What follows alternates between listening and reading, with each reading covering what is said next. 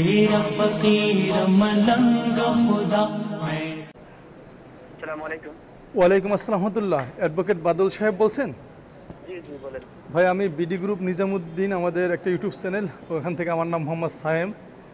হজরত আমরা আজকে একটা নিউজ পেলাম আমাদের একটা অনলাইন পত্রিকায় যে আপনাদের কওমি মাদ্রাসা যে শিক্ষা বোর্ড, তারা কিছুদিন আগে আমাদের কিছু মাদ্রাসার যে পরীক্ষা, এই পরীক্ষার জন্য ছাত্রদেরকে পরীক্ষা দেওয়ার জন্য প্রবেশপত্র প্রদান করেন নাই এবং তারা প্রদান করবেও না, এই সংক্রান্ত একটা তারা নোটিশ জারি করেছিলেন।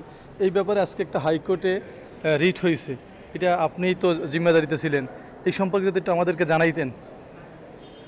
জি, আপনারা জানেন যে বাংলাদেশ কওমি মাদ্রাসার শিক্ষা বোর্ডগুলোর সমন্বয়ে সরকারের যে আল হায়াতুল উলিয়া তিল জামিয়াতুল কওমি মাদ্রাসার যে শিক্ষা বোর্ড, ওই শিক্ষা বোর্ডের অধীনে আসছে 8 তারিখ থেকে যে দাওরা হাদিস এবং মেসফাক যাদেরকে বলে ওই 2 শ্রেণীর অনুষ্ঠিত হবে। সেখানে কিছু মাদ্রাসা আছেন যাদেরকে যে বোর্ড থেকে পরীক্ষার যেই প্রবেশপত্র সামনে থাকে, প্রবেশপত্র থাকে, অর্থাৎ পরীক্ষা দেওয়ার যেই বিষয়গুলো থাকে ওগুলো থেকে অন্যায়ভাবে মানে ইলিগালি সেখান থেকে বঞ্চিত করা হয়েছিল। তো ওনারা সংক্ষুব্ধ হয়ে যখন কোর্টে আসে, আমরা একটা কোর্টে রিট আবেদন করি। রিট আবেদনের প্রেক্ষিতে মাননীয় বিচারপতি SRM নাজমুল হাসান ও বিচারপতি KM কামরুল কাদের মহোদয়ের দ্বৈত বেঞ্চ আজকে 177 জন পরীক্ষার্থীকে অনতি বিলম্বে যে পরীক্ষা দানের সুযোগ দেওয়ার জন্য সংশ্লিষ্ট কর্তৃপক্ষকে নির্দেশনা দেন।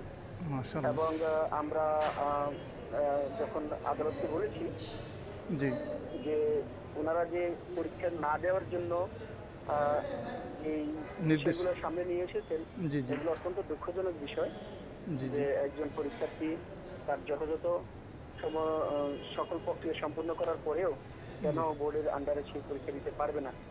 তো কোর্ট এই বিষয়ে বলেছেন যে বিষয়গুলো দুঃখজনক এবং পরবর্তীতে যেন এই বিষয়গুলো এরকম না হয়, যেহেতু নতুন করে যে উদ্দেশ্য নিয়ে এই বোর্ডটা গঠন করা হয়েছে, সরকার যে উদ্দেশ্য নিয়ে বোর্ডটা গঠন করছে, যে অন্তত যারা বাইরে আছেন তাদেরকে মূলধারার সাথে সংশ্লিষ্ট করার জন্যই মূলত এই বোর্ডটা গঠন করা হয়েছে। তাহলে মানে এখন 8 তারিখ থেকে পরীক্ষা আমাদের এই 177 জন ছাত্রদের। এটার ফলে 8 তারিখ থেকে অনুষ্ঠিত কওমি মাদ্রাসা শিক্ষা বোর্ডের অধীনে অনুষ্ঠিত এই পরীক্ষায় যে 177 জন যে পরীক্ষার্থী ছিলেন তাদের আর পরীক্ষা দিতে কোনো বাধা নেই। এমনকি আগামী রোববারের ভেতরে তাদেরকে প্রবেশপত্র ইস্যু করা সংশ্লিষ্ট কর্তৃপক্ষের জন্য বাধ্যতামূলক।